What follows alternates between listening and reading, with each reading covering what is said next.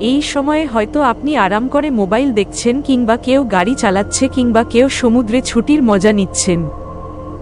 যে জায়গায় আজ আপনি দাঁড়িয়ে বা বসে আছেন, আজ থেকে কয়েক হাজার বছর আগের পৃথিবী কেমন ছিল জানেন? ৮৫০০ ডিগ্রি সেলসিয়াস তাপমাত্রায় ফুটছিল। এই ভয়ানক তাপমাত্রায় শুধু নয়, চরম ঠান্ডায় কঠিন পরিস্থিতির শিকার হতে হয়েছিল আমাদের এই পৃথিবীকে।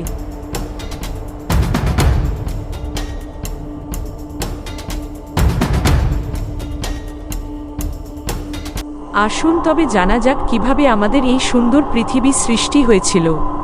আজ যেখানে আমাদের সূর্যমণ্ডল আছে, কোটি কোটি বছর আগে সেখানে গ্যাস ধুলো উল্কার জমায়েত ছিল। বিজ্ঞানীদের কথা অনুযায়ী ওই ধুলো গ্যাসের বিশাল পাহাড়ের কিছুটা দূরে এক শেষ পর্যায়ের নক্ষত্র ছিল, যে ক্রমশ শক্তি হারিয়ে এক বিশাল বিস্ফোরণ ঘটায়। এই বিস্ফোরণের জন্য ওই গ্যাসের বিশাল পাহাড়ের অবস্থানচ্যুতি ঘটে এবং অতিরিক্ত গরমের প্রভাবে রেডিওঅ্যাক্টিভ পদার্থগুলি গ্র্যাভিটি তৈরি করে ঘূর্ণনের মাঝে আসতে শুরু করে।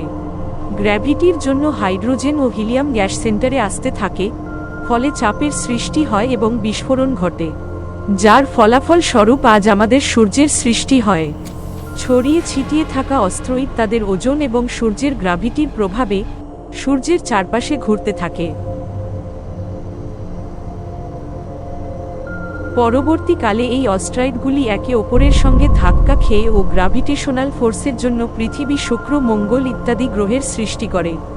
সৌরজগতের শুরুতে পৃথিবী আর মঙ্গলের মাঝে থিয়া নামের একটা ছোট গ্রহ পৃথিবীর পরিক্রমা করত। পৃথিবীর আকর্ষণ বেশি থাকার জন্য থিয়া ক্রমশ পৃথিবীর কাছে আসতে আসতে পৃথিবীর সাথে ধাক্কা লেগে যায়। এই মহাজাগতিক বিস্ফোরণে যে পরিমাণ গ্রহাণু ছিটকে পড়েছিল, তা আবার পৃথিবীর গ্র্যাভিটেশনাল ফোর্সের কারণে উল্কা হয়ে পৃথিবীতেই পড়তে থাকে। অপরদিকে ছিটকে পড়া গ্রহাণুপুঞ্জ নিজেদের আকর্ষণে একটা উপগ্রহতে পরিণত হয়, যাকে আজ আমরা চাঁদ হিসেবে জানি। এভাবে কোটি কোটি বছর পর পৃথিবী ক্রমশ ঠান্ডা হতে শুরু করে এবং জীবের আবির্ভাব হয়, যা পরের পর্বে থাকবে। অবশ্যই চোখ রাখবেন আমাদের পেজে।